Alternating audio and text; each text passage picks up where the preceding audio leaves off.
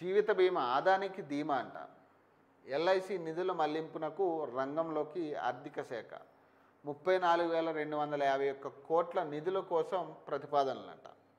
అంటే ఆదాని అంబానీ వీళ్ళే కావాలి. ఈ బీజేపీకి అయితే ఇక వీళ్ళే, ఇంకెవ్వడొద్దు. ఆదాని గ్రూప్లో ఎల్ఐసి పెట్టుబడులకు కేంద్రం ఒత్తిళ్ళంట.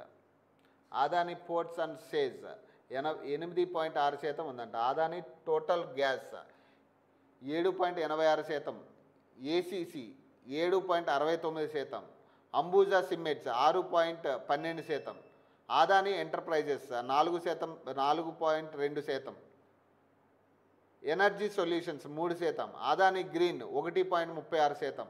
ఆదాని గ్రూప్ కంపెనీల్లో ఎల్ఐసి వాటాలంట. ఇక దాన్ని ప్రైవేటీకరణ చేసేదాకా వదిలే పరిస్థితి లేదు. ఎల్ఐసిని ప్రైవేటీకరణ చేయాలి. ఇది పరిస్థితి. ముంపుందని తెలిసినప్పటికీ పెట్టుబడులకు ఆమోదం. విదేశీ బ్యాంకులకు ఆదానికి రుణాలు ఇవ్వకపోవడంతోనే అమెరికన్ పత్రిక ది వాషింగ్టన్ పోస్ట్లో సంచలన కథనం.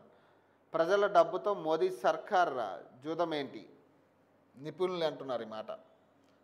ఆప్తమిత్రుడు ఆదానిని అప్పుల్లో ఉన్న ఆయన కంపెనీలను అధికంగా కాపాడేందుకు సామాన్యుల సొమ్మును రిస్క్లో పెట్టడానికి మోదీ ప్రభుత్వం సిద్ధపడిందా?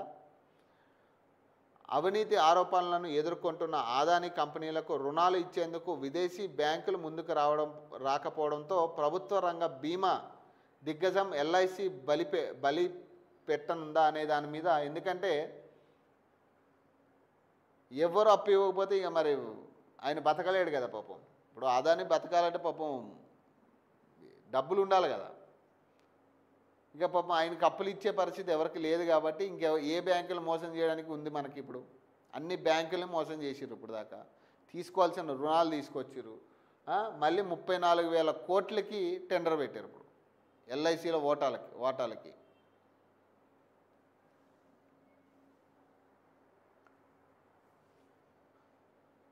ప్రభుత్వ రంగం దిగ్గజమైన ఎల్ఐసి పెట్టాలనుకుంటుందా అనే దాని మీద ప్రధానంగా ఈరోజు వార్తలు రాడు. ఇందుకు గాను చెమతోడ్చి సామాన్యులు దోచుకున్న డబ్బులను దుర్వినియోగం అనుకోవడానికి ఆదాని కంపెనీల్లో పెట్టుబడులు పెట్టాలని ఎల్ఐసిపై ఆర్థిక శాఖ అధికారులు ఒత్తిళ్లు తీసుకొస్తున్నట్లు అమెరికాకు చెందిన ప్రఖ్యాత దినపత్రిక ది వాషింగ్టన్ పోస్ట్ తాజా కథనంలో వెల్లడించింది. ఈ అనుమానాలకు బలాన్ని చేకూరుస్తున్నది ఆదాని గ్రూప్ కంపెనీలో పెట్టుబడులు పెట్టాలనుకుంటున్న కేంద్ర ఆర్థిక శాఖకు చెందిన కొందరు. ఇక అంతే, ఇక వాళ్ళు బాగుపడతారు. ఇక ప్రజలు ఎందుకు? ప్రజలకు సంబంధించిన పరిపాలన ఎందుకు? ప్రజలు ధనవంతులైతే మనం చేయాల్సిన దందాలు మనం చేయలేం, మనం చేయాల్సిన అక్రమాలు మనం చేయలేం. సో అందుకని ఏంటంటే మనం దాచుకుంటే అయిపోతుంది. ఇక మన ఇల్లు చక్కదిద్దుకుంటే చాలన్న ఫీలింగ్లో ఉన్నారు అందరూ. ఇప్పుడు ఆదానికి అప్పులు ఇవ్వకపోతే పెద్ద నష్టం వచ్చింది. మన ఇండియాకే పెద్ద నష్టం, అది భారతదేశానికి పెద్ద నష్టం. కాబట్టి ఇప్పుడు అర్జెంటుగా ఆదానిని ఆదుకోవాలి. ఇప్పుడు బీజేపీ ప్రభుత్వం ఆదానిని ఆదుకునే ప్రయత్నం చేస్తూ ఉంది. ఇప్పుడు పాపం అతనికి డబ్బులు లేవు, తినడానికి కూడా డబ్బులు లేని పరిస్థితి ఆదానిది. సో వాళ్ళకి ఇంకా 34,000 కోట్లు మళ్ళీ ఎల్ఐసి నుంచి మళ్ళీ ఇస్తే ఇంకొక కోట్ల మందిని నష్టం చేసే పరిస్థితి ఆదాని ఉంటుంది. దోచుకుంటాడు, మళ్ళీ తింటాడు, మళ్ళీ ఆ అప్పు ఎగ్గొడతాడు, మళ్ళీ ఆ అప్పు కూడా సామాన్యుని మీద పడుతుంది. వాళ్ళు చేసే ప్రతి అప్పు కూడా సామాన్యుల మీద పడుతుంది. వాడు ఎగ్గొడతాడు. ఆ 34,000 కోట్లు ఒకవేళ ఏదైనా ఇబ్బంది అయ్యి చేతులు ఎత్తేసిండు అనుకోండి, మళ్ళీ అది ఎవడు కట్టాలా? ఎల్ఐసి సంస్థ ఎవరిది? ప్రజలు. మళ్ళీ ప్రజలే అప్పు తీర్చాలా. వాళ్ళు బాగుండడం కోసం ప్రజల్ని తాకట్టు పెడుతున్నారు. ఇక్కడ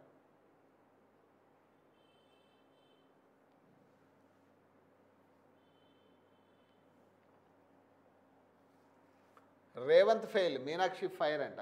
పాలనలో ఆయన విఫలం, సీఎం స్థాయిని అందుకోలే. తెలంగాణలో పార్టీ ప్రభుత్వం దుస్థితికి ముఖ్యమంత్రి రేవంత్ రెడ్డి తీరే కారణం అంట. ముఖ్యమంత్రి సీట్లో కూర్చున్నారు తప్ప ఆ స్థాయికి ఆయన చేరుకోవడం లేదు. మంత్రులతో సీఎంకు సఖ్యత లేనే లేదు. ఆయన చెప్పినట్టు ఒక్క మంత్రి వింటలేరు. సీనియర్లకు చెప్పాలంటే రేవంత్ జంకుతున్నారట. విచ్చలవిడితనం పెరిగిపోయింది. శాఖలపై సీఎంకు ఇప్పటికీ పట్టులేదు. మళ్ళీ గెలవడంపై అందరిలో అనుమానాలు. అందుకే అంత సంపదలో పడ్డారు. అధిష్టానం వద్ద స్పష్టం చేసిన మీనాక్షి అంట. ఆర్థిక బలోపేతం కోసం మంత్రుల ఆరాటం అదే మంత్రుల వివాదాలకు కారణం అంట. మీనాక్షి నటరాజన్ చెప్తుంది. ఇక్కడ హైలైట్ ఆఫ్ ది పాయింట్ ఏంటంటే అందుకే అంతా సంపదలో పడ్డారు. అధిష్టానం వద్ద స్పష్టం చేసిన మీనాక్షి నటరాజన్. అలాగే శాఖలపై సీఎంకి ఇప్పటికీ పట్టులేదు. మళ్ళీ గెలవడంపై అందరిలో అనుమానాలంట.